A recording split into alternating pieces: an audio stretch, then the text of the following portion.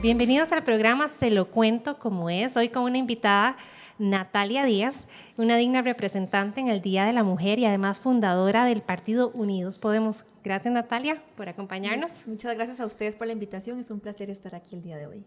Y tenemos, como siempre, a nuestro invitado de honor, Brian Villalobos, que viene a darnos sus consejos en finanzas y en todos los temas que tanto nos aporta Brian. Hola Ariana, hola Natalia, hola a todos. Un placer estar aquí en esta conversación compartiendo con ustedes.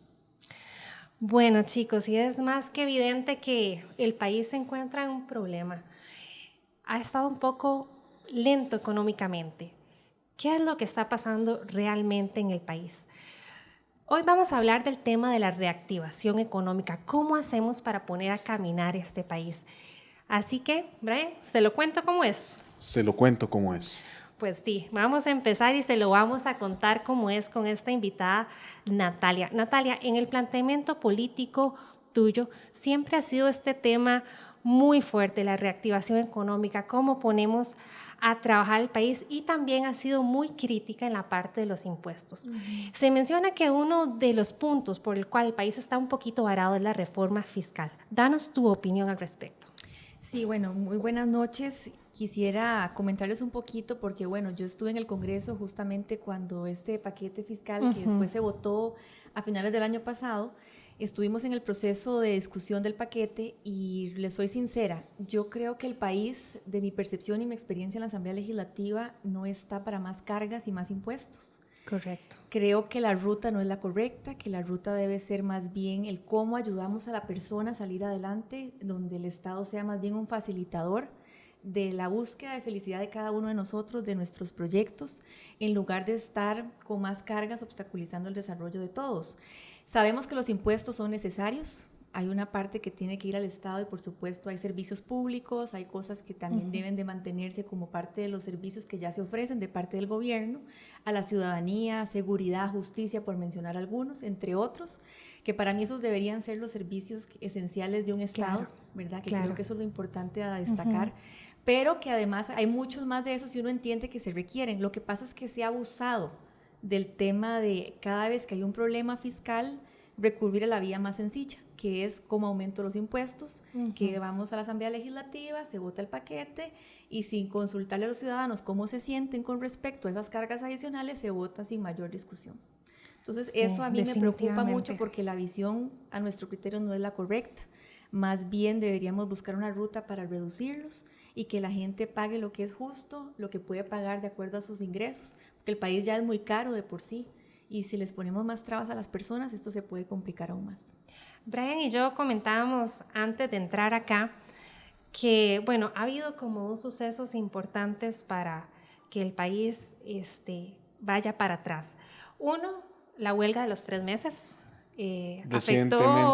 Afectó muchísimo al país. Y el otro realmente es...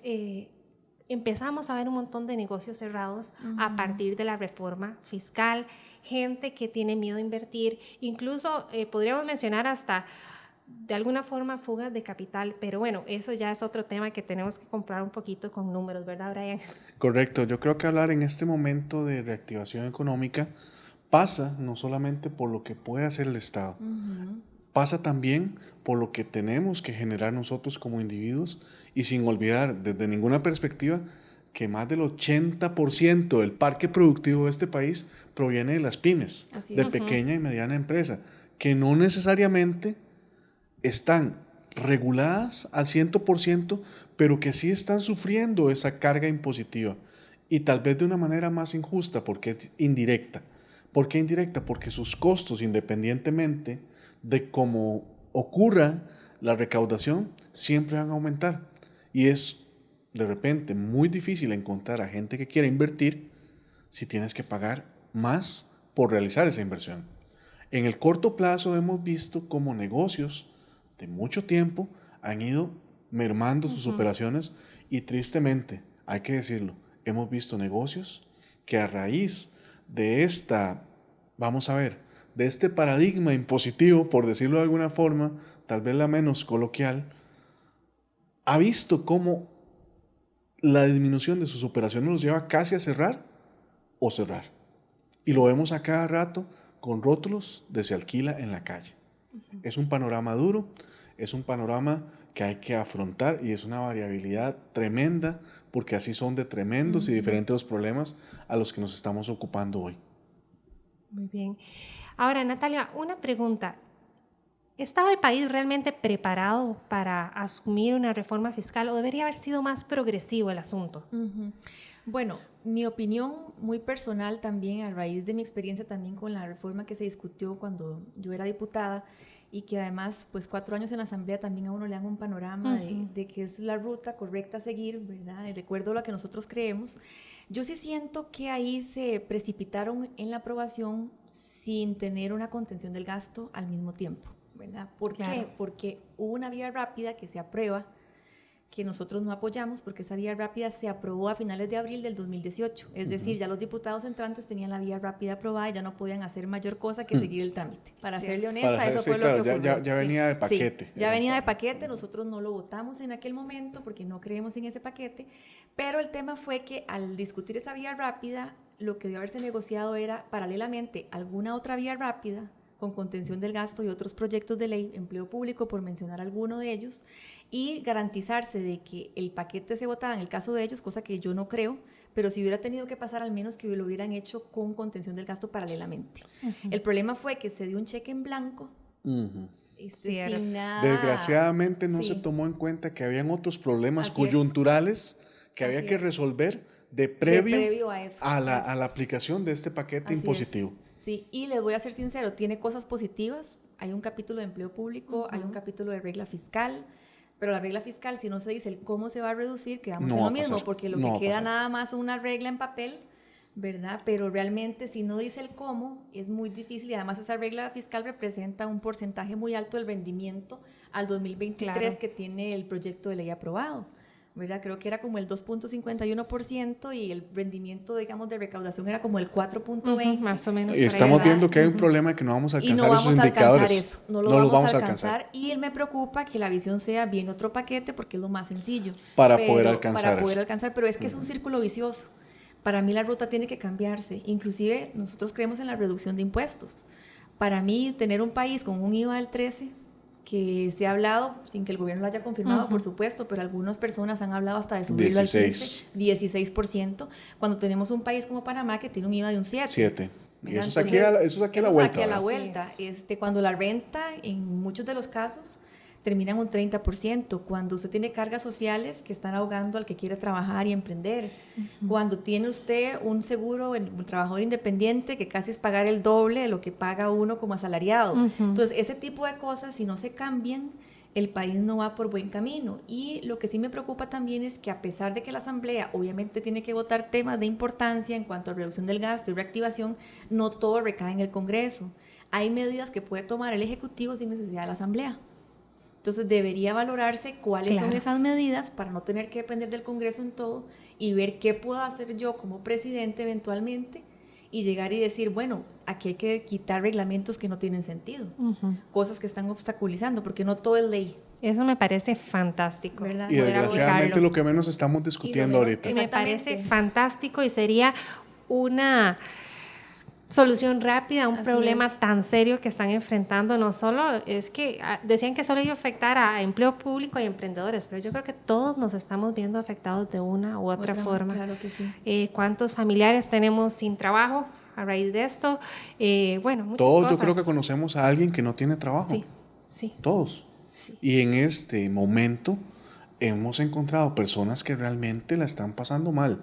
Hablábamos un poquito ahora a extra micrófonos antes de empezar el tema, que ya hay gente que está pensando en que de las 3 comidas de repente va a seleccionar 2, si puede hacer 2. Eso así de grave. Y aquella gente que de repente es emprendedora dice, o pago el alquiler o pago el seguro social, pero no puedo los 2 a medio mes.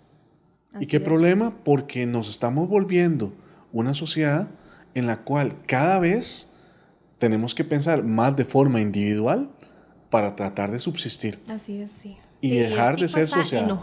La gente está enojada y se nota en la calle. Se nota en la calle. Y eso es parte un poquito del problema de... yo pienso que es estructural del país, para no hablar solo como estructura. No, también tenemos que mencionar otros dos temas que creo que son importantes traer a la mesa y que están causando un poco de este problema económico. La parte de infraestructura, la parte de tipo de cambio, ¿verdad? Nos ha afectado mucho. ¿Cómo hacemos realmente, Brian, con estos dos problemas? Hay un par de asuntos aquí que de repente uno tiene que pensar. Yo estoy totalmente en desacuerdo en que el objetivo económico del Banco Central sea la reducción de la inflación. Yo creo que el Banco Central tiene que tener, aparte de ese, otros objetivos.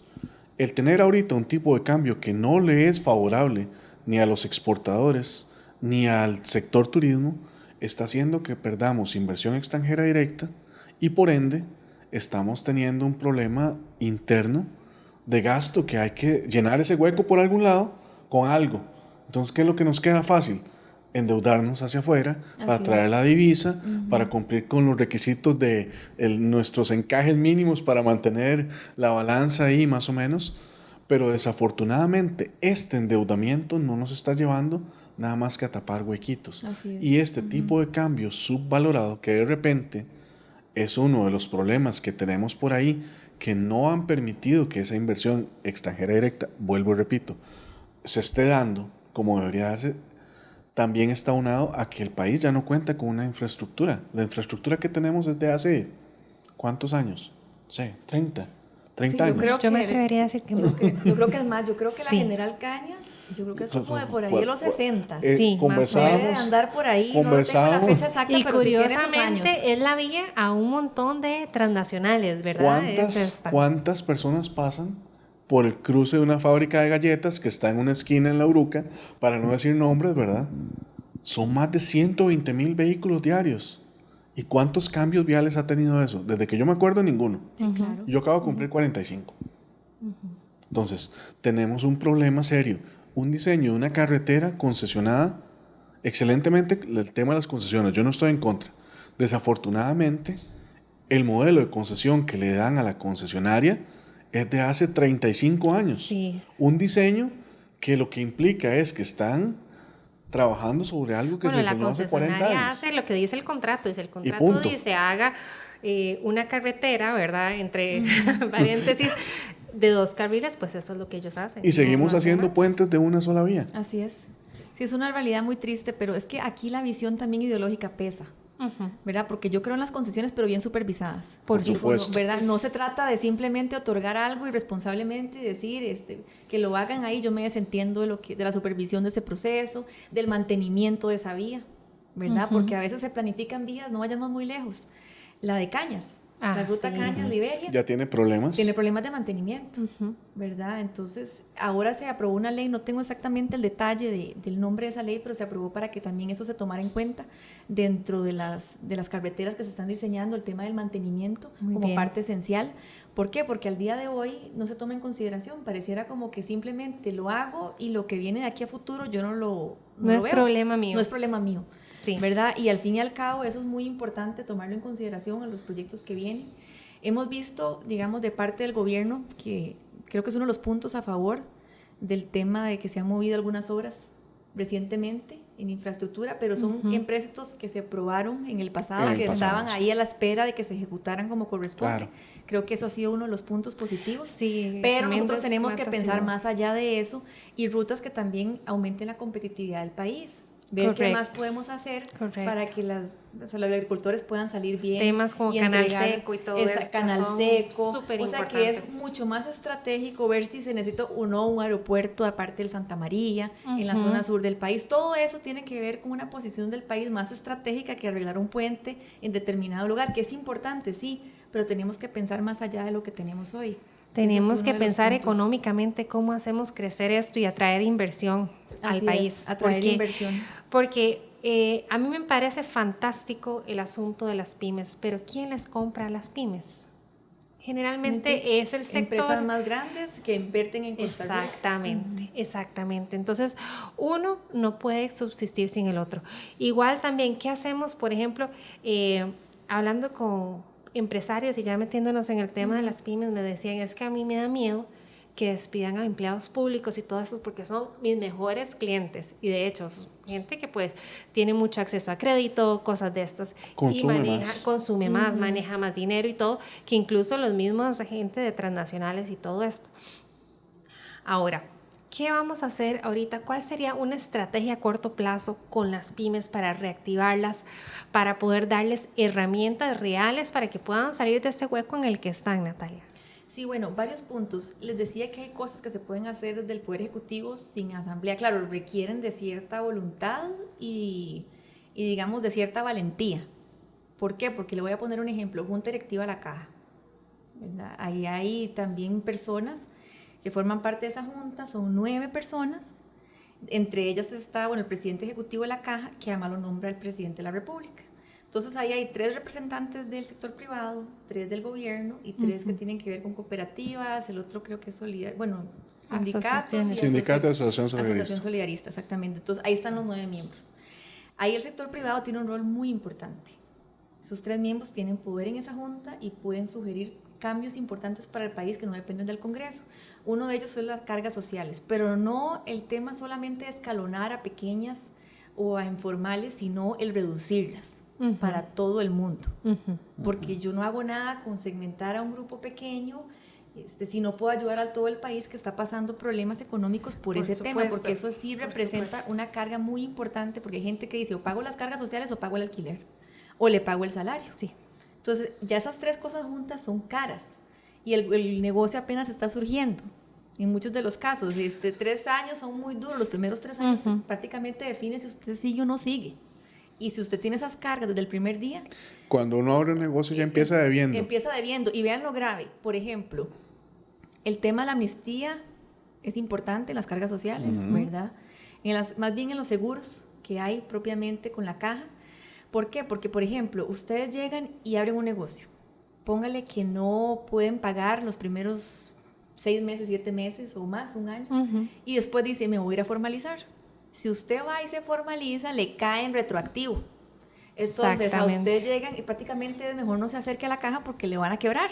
Eso es lo que pasa. Sí. Aunque curiosamente la ley dice que no va en detrimento no va en detrimento, pero el que se acerca lo quiebran. Lo matan. Lo matan. ¿Por qué? Porque lo que hacen es calcular multas e intereses más lo que debía propiamente, y hay gente que termina con deudas de 20 millones de colones impagables, ¿verdad? Porque para un pequeño negocio eso es mucho dinero, para todos es mucho dinero, la situación no está bien.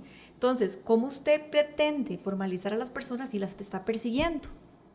Mira, eso no puede seguir así, más bien es cómo le puedo ayudar. Entonces, hay un proyecto de ley que se presentó en la Asamblea, que nosotros hemos venido siempre hablando de estos temas, y es la amnistía en las multas e intereses, por ejemplo. Otro tema importante de esa reducción de las cargas que le digo, puede ser los votos del sector privado más los 3 de gobierno, con una orden del presidente de la República, el presidente de la Caja, acuerdo de junta. No ocupa reforma legal, solo es un acuerdo de la junta directiva. Eso es un ejemplo de las cargas. El otro tema, base mínima contributiva, que es muy serio. Ese tema, usted si no, por ejemplo, no gana más de creo que 285,000 colones, no sé si está en 300,000 eso ya, la verdad. Yo creo que ya está en 300. Ya subió a 300, sí. Hace tiempo y debe andar por 300,000 colones, entonces si usted quiere trabajar por horas, la Caja le dice, no, está bien, asegúrelo por las horas, pero tiene que pagar sobre la base mínima un monto mínimo. Entonces, esa base mínima... resulta que a usted no le es rentable como patrono pagar eso porque como termina con el mal. asunto de las empleadas. Exactamente. Paga más salario, más que el salario, ¿verdad? Más que el salario, paga más. Se paga más de Caja. Y no es justo. Eso no es inmanejable. Usted tiene que asegurar por las horas que trabajó. Ese es el sistema que hay que implementar, pero también esos acuerdos de junta y no se ha podido. Y qué peligroso, ¿verdad? Porque en la informalidad que está, muchísima gente está sin seguro. ¿Y qué pasa realmente si nos viene una enfermedad o algo así?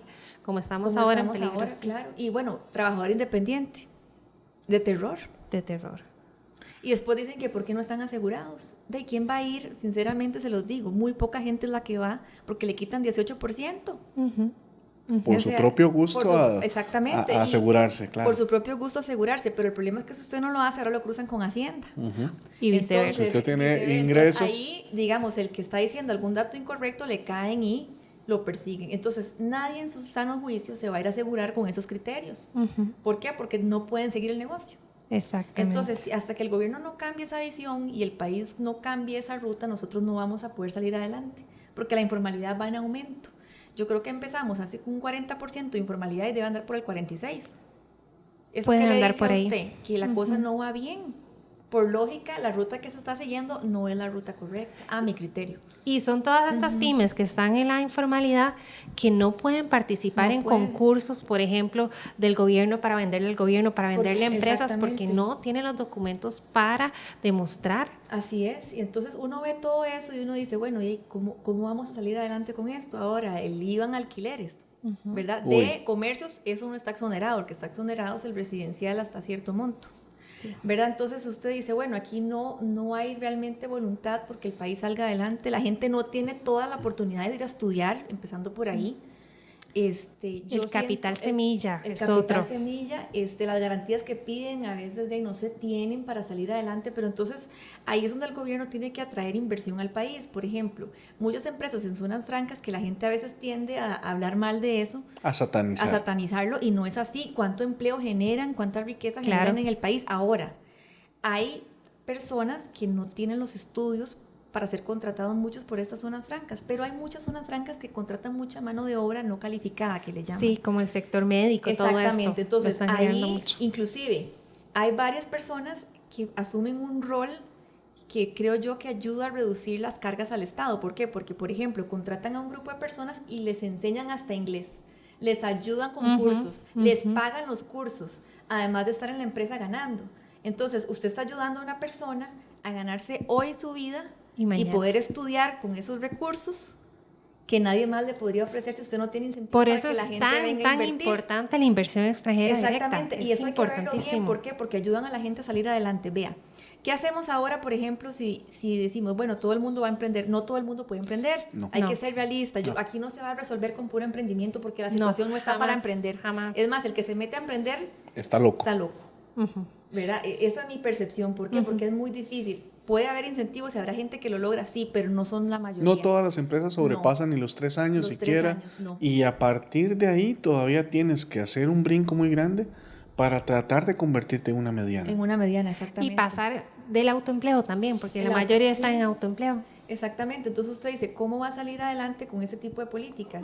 Y realmente el Estado no puede asumir el mantener a estas personas. Por más de que existan programas sociales, nos da abasto. Y hemos visto que no han sido la solución porque ocupamos que la gente llega y diga, bueno, yo puedo subsistir por quien soy yo, por lo que aprendí, por lo que estudié. Y ahora ocupamos que vengan empresas al país, pero sobre todo que contraten a la mano de obra no calificada. Exactamente. ¿Por qué? Porque uno puede decir, voy a invertir en educación, voy a reforzar los programas, voy a enseñar inglés como se debe de kinder o desde esa escuela, pero eso toma tiempo. No, va a tomar muchísimos años. Eso toma años para que la generación que viene ahí pueda Sí, tener y esas esto que está hablando características. usted, Nos van a Natalia, alcanzar los Sí. otros idiomas después. Eso va a es ser una otro- transferencia real, es una transferencia tecnológica realmente, Así es. porque involucra un montón de partes que no solamente se trata de la técnica, Exactamente. sino que se trata del idioma, la parte cultural, crear una especie de, vamos a decirlo en alguna medida, de un ser humano tal vez un poquito más preparado Así es. para afrontar los nuevos desafíos. Tenemos ahorita una real nueva revolución tecnológica. Yo lo comparo con lo que ocurría en la Edad Media. En la Edad Media el que no sabía leer o escribir estaba totalmente fuera. Ahora, el que no habla inglés, el que no conoce un poquito de cómo manejar un dispositivo de tecnología blanda como una tableta o un celular que no está hiper mega conectado, si fuera alguna, está fuera. Está fuera. Está es fuera. muy triste, pero está fuera, sí. Así Y es. desgraciadamente al Estado le va a tomar muchísimo tiempo pasar de esa persona que empezó a educar a sus 5 años, tal vez, a sus 12, 13, 14 años, para enfrentar un posible panorama distinto al que claro. tenemos ahora. ¿Y qué ocurre? Es necesaria la inversión extranjera directa. Sí, sin Sí eso no se va a salir. o sí. Porque el Estado no tiene actualmente la capacidad ni de darle empleo. Ojo, conste que eso está, vamos a ver, que debería estar garantizado por el artículo de la Constitución que dice que el Estado debe Sí, generar pero el ya empleo. dejamos Pero esos ya días de dejamos papá Estado, esos ya días no. de papá Estado. Tenemos que ver Sí, cómo sí. nos salimos de eso, porque realmente el futuro no fue que se nos vino hoy, se nos vino hace ya tiempo. y tenemos una brecha que nos ha estado costando saltar en estos últimos años. Así es. Y producto de esta brecha es que tenemos ahora costarricenses que cada vez están viendo un deterioro en su calidad de vida, que cada vez tienen menos oportunidad y que cada vez nos genera un panorama donde la activación o reactivación económica se nos va haciendo más complicada. Claro. Así es. No, es una situación muy crítica y realmente yo sí creo que la educación tiene que mejorar, pero los resultados se van a ver en el largo plazo o mediano plazo. Cierto. Mientras tanto hay desempleo grave entre los 15 y los 34 años. Yo no creo eso que sea como un 12, yo pienso que no, es anda más. como el 30. El INE yo creo que no es un está 30. solucionando Sí, no. ahorita nada. Yo me entiendo que está en sorprendía. una reforma, no conozco los detalles de esa reforma, pero lo que sí uno siente es que la oferta del INA no se adapta a la realidad del lugar. Exactamente. Primer punto. Entonces, digamos, no es lo mismo un cantón que otro. Tal vez la fuente de empleo ahí es otra cosa. Digamos, en un lugar es turismo y en otro es agrícola. Y Entonces, desgraciadamente, digamos, la oferta tiene que adaptarse a lo que en el cantón se necesita conocer para tener trabajo y vemos alinearlo con las empresas de INAs la zona. cada vez más grandes como institución, pero que no están llegando Exacto. de repente a eso que usted dice, que es el lugar donde hay que ir pues a darse los balazos, ¿verdad? Sí, claro. Y A también yo afrontar siento esa que están realidad. saturando ciertos sectores Sí. del mercado. Sí, Ahí exactamente. están produciendo más técnicos de los que se necesitan en ciertas áreas y en otras realmente nos están No quedando se están cortos. quedando. Bueno, inglés. Vea, el inglés en cualquier ámbito de su vida le es útil. No importa en qué trabaje usted, le va a ayudar.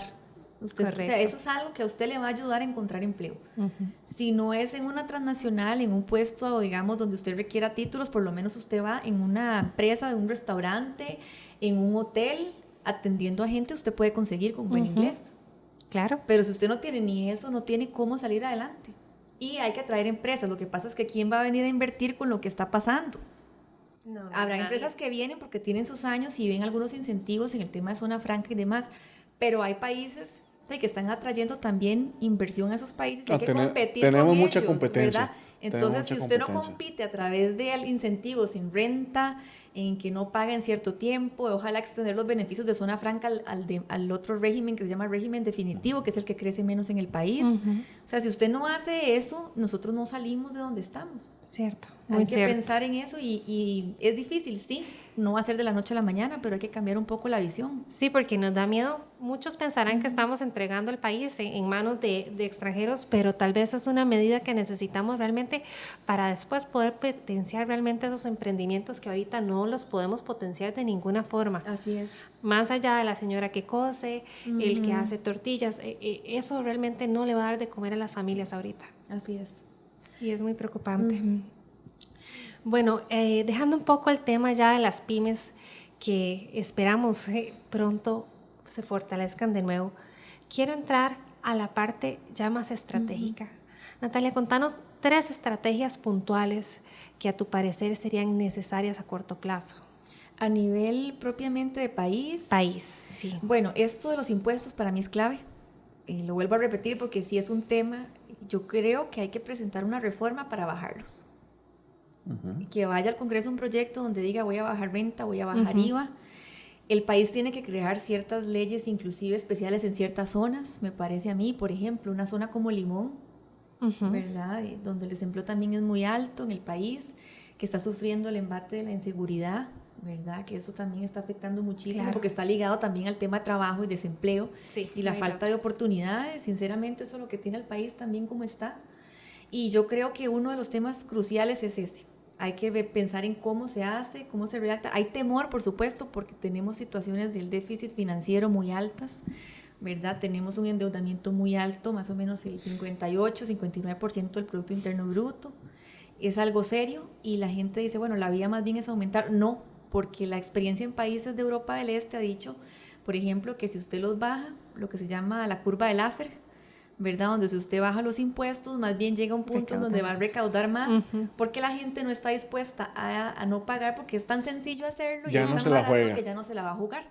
Porque uno no puede partir de que la gente es delincuente, que eso es lo que está pasando. Vivimos en un estado Nos persigue. que pregona la buena fe. Sí, exactamente. Usted tiene que partir de que la gente no paga porque no puede. Habrá uno que otro que evade, pero hay gente que trabaja Sí, todos o los días. come o paga impuestos. Pero no es porque no quiera ayudar, es porque no lo puede hacer. Entonces, en el momento en que usted parta de que el Estado no puede tener la visión de perseguir, sino de ayudar, las cosas van cambiando. Y en el momento en que usted dice, yo tengo este incentivo, las empresas que estén afuera, vénganse a invertir al país, yo le aseguro que recauda más. Claro. Por supuesto. O sea, por lógica, eso es lo que yo creo que hay que hacer, porque la medida que está tomando al día de hoy no funciona. Entonces, para mí eso es uno de los temas trascendentales, junto con gobierno digital, que sé que el Ministerio de Ciencia y Tecnología ha hecho una labor, ha continuado, creo que está en conversaciones con Estonia, que es un país que ha sido referente en este tema, que creo que podemos aprender mucho, ¿verdad? Aquí en Costa Rica, pero ahí los gobiernos locales también juegan un rol muy importante. ¿Por qué? Porque nada hacemos como un gobierno central que implemente una estrategia si las municipalidades no quieren. Y son autónomas, ¿verdad? Entonces, ese es el problema. Entonces ahí también tiene que haber voluntad y que las municipalidades ayuden también en todos estos trámites, porque eso ayuda también a reducir costos. Un único sistema de compras públicas, por ejemplo, el tema de tener en las páginas, por ejemplo, de una municipalidad algo tan sencillo en el sentido de decir, vea, los trámites para estos son estos. Usted se evita que alguien le cobre mordidas. ¿Por qué? Porque si usted no transparenta esa información, para darle un ejemplo, usted llega a abrir un negocio y usted dice, ¿cuáles son los requisitos? Y una persona le dice A, la otra B, la otra C, y tal vez no son todos los requisitos los que se ocupan, pero esa persona dijo, ¿y son todos? O no lo abre. Entonces, si usted esa información la tiene en la página, cualquier persona que vaya a la municipalidad puede decir a la persona que lo atiende, no, es que estos son los que dice la página. Para darle un ejemplo sencillo. O sea, ni entrar en el detalle pero por lo menos con información así, la ciudadanía sabe qué es lo que tiene que llevar, cuáles son los permisos, y así con todas las instituciones. Si usted quiere abrir un negocio, ¿qué ocupa? Ojalá hubiera un sistema hasta de ventanilla única. Hasta el asunto de aceptar la firma digital, que no la aceptan en todo lado. Bueno, eso de la firma digital, vea, eso es de terror. Sí. Lo que cuesta instalar eso en la computadora. ¿Verdad? Primero, el trámite para pedirla. Bueno, y nosotros que somos de una población joven, digamos. Exactamente. No, costo. Yo me la juego, digamos, en la computadora. ¿Qué pasa a alguien que le cuesta el asunto tecnológico que de Facebook no pasa? De Facebook no pasa. Entonces usted dice, vea, ir a hacer la fila, le cobran. Le cobran caro. Y es caro. Después de eso dice, en un mes, 2 meses, hasta esa fecha tiene cita. Porque no hay campo. ¿Verdad? Entonces, pasa por ahí, ya pierde ese tiempo. Después llega, instala el software que más de 1 hora se lleva de fijo. Después tiene que empezar a navegar a ver cómo hace para meterse. Hacer la configuración. Vea, eso no es jugando. No, entonces ahí empieza usted a obstaculizar que la gente salga. ¿Por qué? Porque le tengo que pagar a alguien que me lo haga y ya no tengo plata para pagarle a alguien. Y tampoco hice el negocio con el que ocupaba para hacer la firma. Entonces está destinando recursos a cosas que no deberían ser tan complejas. Y después no te la aceptan. Entonces es un problema. Entonces, ¿qué vamos? Todo y eso tienes que presentar un documento, y entonces no te sirve la firma digital. Tienes que hacerlo presencial. Sí. Son cosas que son totalmente incoherentes y no tienen un sentido lógico. Incluso yo hubiera pensado en 2 cosas muy sencillas que yo siempre he dicho. El chip de la firma digital debería estar incluido en la cédula de identidad. Sí, es que toda la cédula debería servirle a usted para todo. Bueno, para así todo. es en Estonia, ¿verdad? Sí. Pero tiene que ser todo interconectado y hay que proteger los datos bien. O sea, no es algo así que usted nada más llegue. Eso es otro tema. Pero hablando estos días de proteger datos, ¿verdad? Entonces, es un tema todo de fondo, el hecho de que nos ha faltado esa curiosidad, tal vez, de veras un poquito hacia afuera. Nos hemos quedado viendo un panorama de crecimiento a lo interno, pero lo que es interno no nos va a dar para salir hacia adelante. Así es. Y otro tema muy importante que quiero tocar y aprovechando a tu partido político, ¿cómo hacemos para salir de esto en lo que estamos desde los gobiernos locales? ¿Cómo puede un gobierno local fomentar que el país se reactive? Bueno, nosotros tenemos una alcaldía. Tuvimos un buen resultado en las elecciones anteriores. Tenemos el alcalde de Oriamuno, Eric Jiménez, a quien también aprovecho para saludar. Es una persona de 31 años. Muy bien, muy joven. Es un muchacho muy joven, pero muy capaz porque también ha estado involucrado en temas comunales. Fue de la Comité de la Persona Joven, ha estado en la Junta Administrativa del Liceo Braulio Carrillo. Ha conocido también lo que es meterse en los comités para personas adultas mayores. Es decir, es alguien que siempre ha estado en la comunidad involucrado desde los 15 años. Que eso es parte también del resultado de que lo conozca mucha gente. Claro, ya 16 años que todo el mundo lo conoce. Que todo el mundo lo conoce y se ha involucrado sin tener un cargo. Entonces creo que eso ayudó muchísimo. Además escogió gente que bueno, los vicealcaldes son de cantones distintos de donde es él, porque uno es de Cot, el otro es Cipreses, entonces hay un balance ahí, él es de San Rafael, pero hay un balance ahí importante entre todos ellos. Viviana, por ejemplo, ve el tema de centros agrícolas y ve el tema de residuos, es especialista en tema ambiental. Don Miguel ve el tema de asociaciones de desarrollo, ha sido presidente de todas las asociaciones de desarrollo de la zona. Entonces es gente que ha ayudado a la comunidad sin tener un cargo. Entonces, eso crea ha confianza mucho. realmente. Eso tiene mucha confianza, por supuesto, pero la visión que se tiene, porque es parte de los objetivos nuestros como partido, es que la municipalidad sea amigable con quien quiere trabajar. Entonces, por ejemplo, ahí cobran, para ponerle un ejemplo, en la municipalidad, que de hecho todavía está hasta el 1 de mayo que asume Eric, cobra un monto por rótulos. Sí. Algo que parece ilógico, se cobra un monto que sea 20,000 colones, que sean, es mucho dinero para mucha gente. Claro. Entonces, por cada rótulo que usted ponga en su local le cobran. Hay que derogar ese reglamento. Bueno, en Heredia, ¿cuánto? En Heredia le podemos decir que también. Sí, entonces usted dice, esas cositas van sumando. Entonces hay que quitar cosas de ese tipo, trabajar de lleno con el consejo, que en el caso de la alcaldía de Oriamuno, que es la que yo conozco de cierta manera por el proceso que se vivió, el consejo va a estar conformado por uno de cada partido. La idea es trabajar en ese consejo para derogar ese tipo de reglamentos que no tienen sentido, para que además, por ejemplo, que eso es un tema ya que se irá a plantear, que haya una ventanilla única también de atención a la municipalidad para lo que son los trámites, que por ejemplo uno pueda presentar una declaración jurada, ¿verdad? Y diga, yo cumplo con los requisitos para abrir un negocio, que inmediatamente presente eso se abra y que los requisitos se revisen a posterior.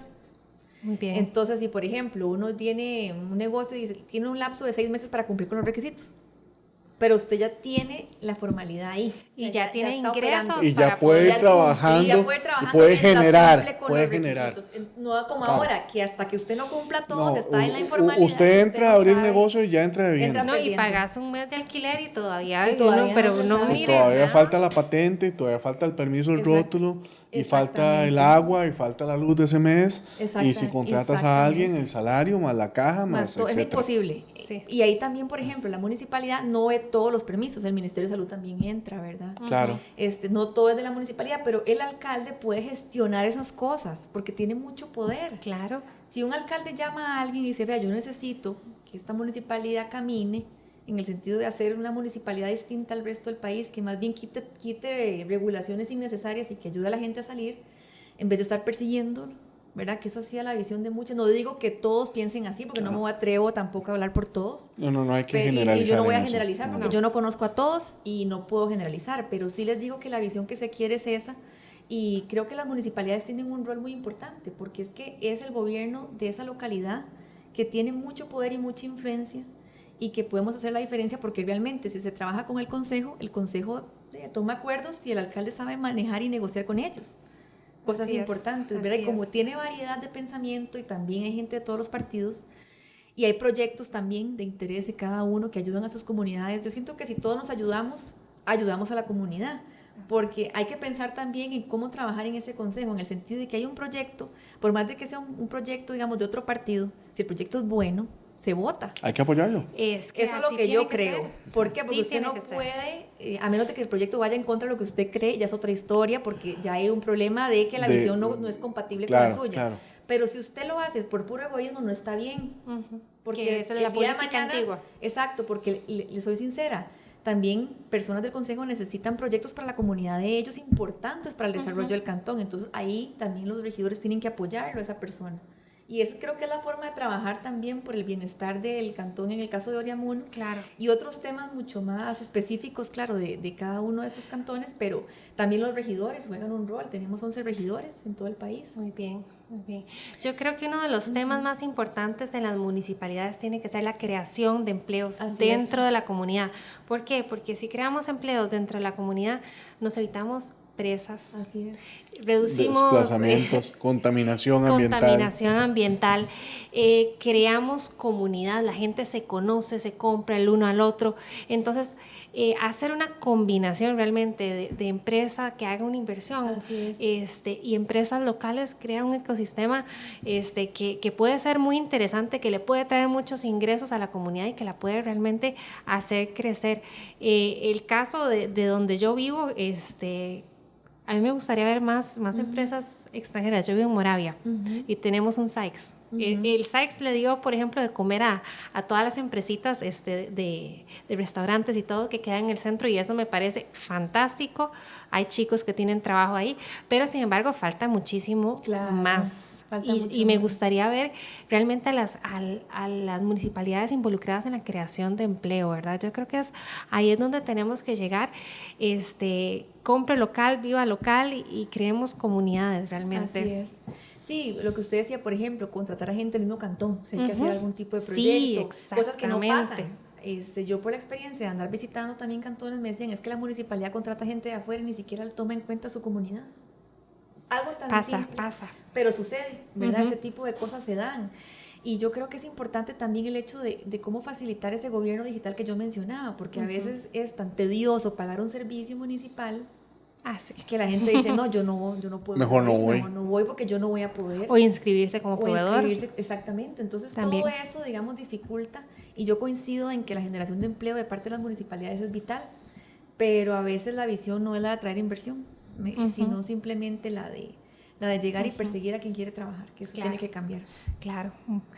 Y también nos comentabas otro punto que para el partido y toda la ideología de ustedes es muy válido, el poder del individuo. ¿Cómo puedo realmente ahora sí reactivar la economía como individuo, Natalia? ¿Cómo puedo hacer?